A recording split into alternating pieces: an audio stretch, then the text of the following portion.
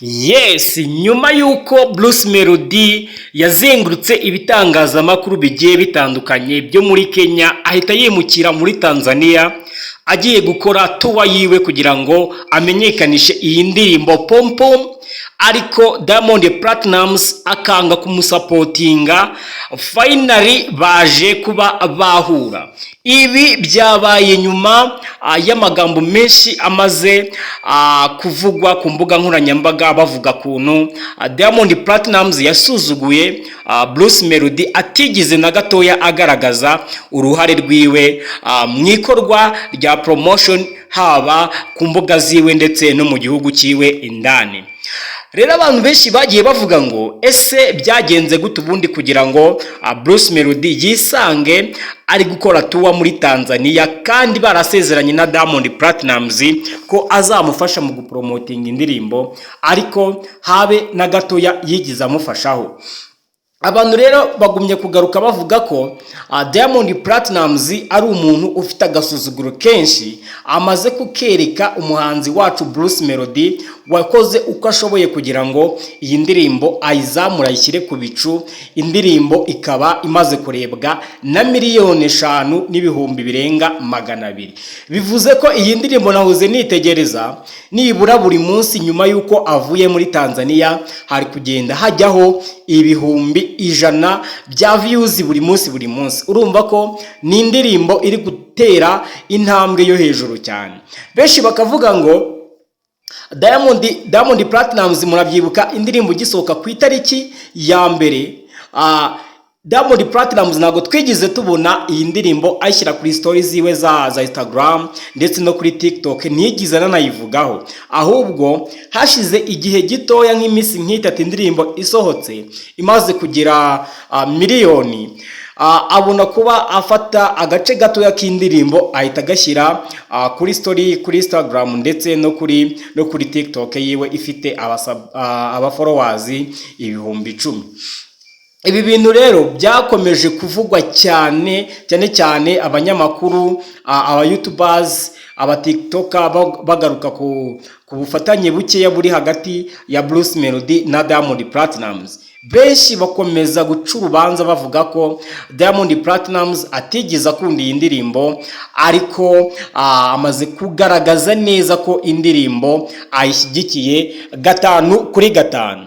Kora subscribe kugira ngo uze kubasha kumenya amakuru ya nyayo, ubundi byagenze gute kugira ngo Diamond Platnumz abashe kuba yahura na Bruce Melody bagakora ikiganiro, aho byaje kugaragara neza ko Diamond Platnumz yahuye n'umuhanzi wacu Bruce Melody, baza guhurira hanze bakora akavideo barapostinga. East Africa rero yari yahiye cyane kubera ko Bruce Melody igihugu cyonyine atazajyamo ndakeka ariko ngo muri East Africa yabanje Kenya, ahita ajya Tanzania, azava Tanzania ahita ajya Uganda. Urumva ibyo ni ibihugu 4 ushyiremo n'u Rwanda, bose bari bahagurutse bari kwibaza impamvu Diamond Platnumz yasuzuguye Bruce Melody mwene kano kageni, kandi tuzi neza ko Bruce Melody ari umuhanzi ukomeye cyane. Ariko hari andi makuru ari kuvugwa yuko uyu musore Diamond Platnumz atarari muri Tanzania, ahubwo yari ari mu Bufaransa, dore ko twaje kubona amashusho agiye atandukanye ari kumwe n'umuhanzi Rema wo muri Tanzania. Rero birashoboka ko Diamond Platnumz Bruce Melody yakoze tuwa ataraza, ariko iri joro ryashize niho Diamond Platnumz yageze muri Tanzania, hama Bruce Melody nawe arimo arataha. Nibwo baje guhura rero, agiye gutaha, agiye ku kibuga cy'indege, birangira uyu musore wacu ahuye na Diamond Platnumz.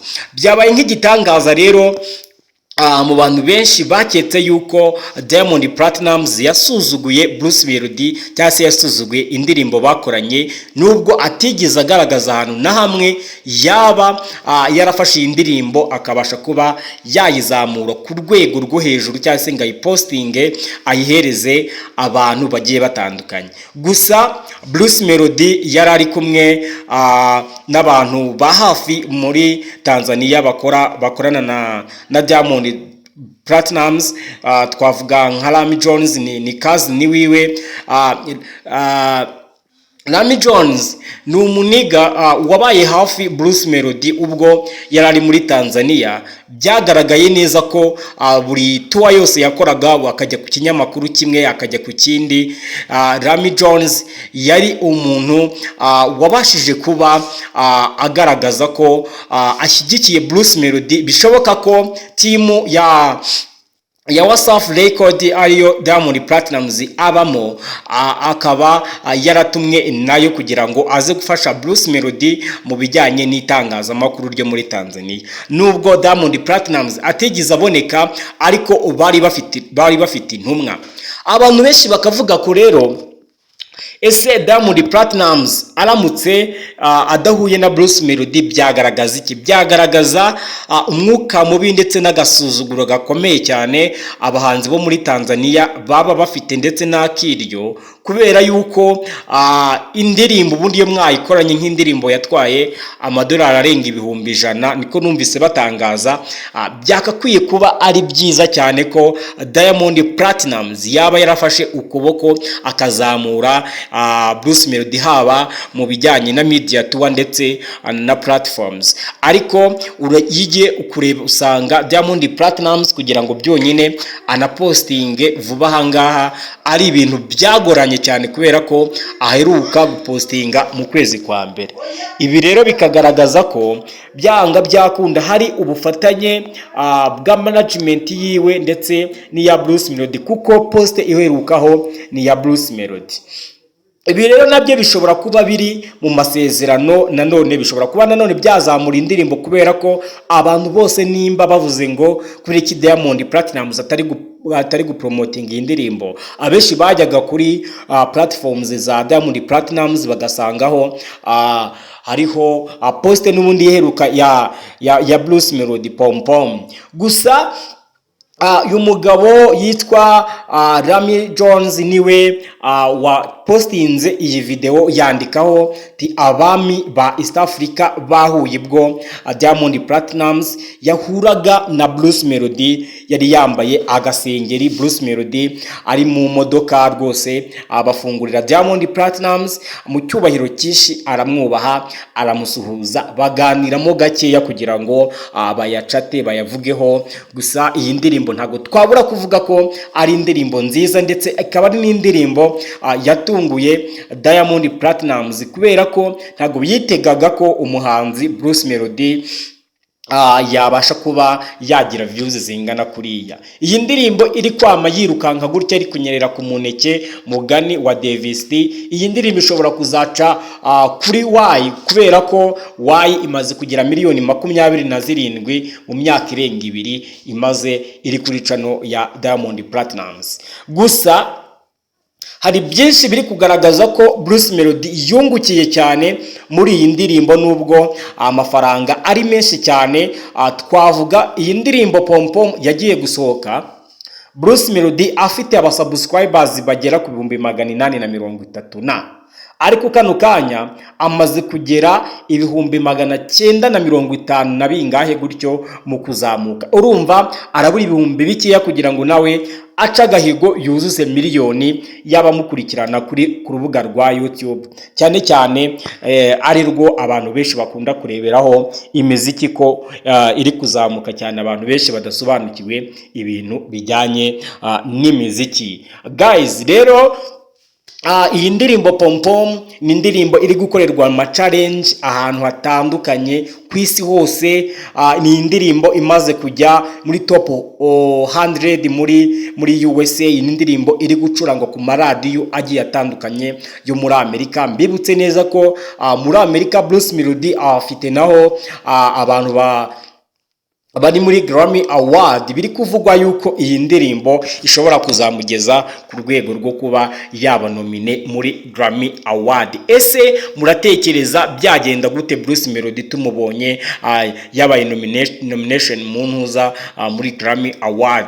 Nk'iyi ndirimbo Pom Pom murumva ishobora kubikora, cyangwa twitege ikintu gikomeye cyane noneho Bruce Melody ayaba agiye gukora? Kubera ko Bruce Melody nimba muri kureba neza, Melody noneho agiye kubona imbaraga cyangwa se agiye kuba ashaka imbaraga zikomeye cyane kugira ngo akore indi poroje yaba irenze kuri iyi ngiyi. Ese araza gukurikizaho indirimbo afitanye na Yemi Alade cyangwa araza gukurikizaho indirimbo afitanye na Davido, dore ko Davido umushinga bawohereje ndetse yanemeye ko bazakorana indirimbo, ariko ibintu bijyanye no kubona umwanya kwa Davido biragoye cyane.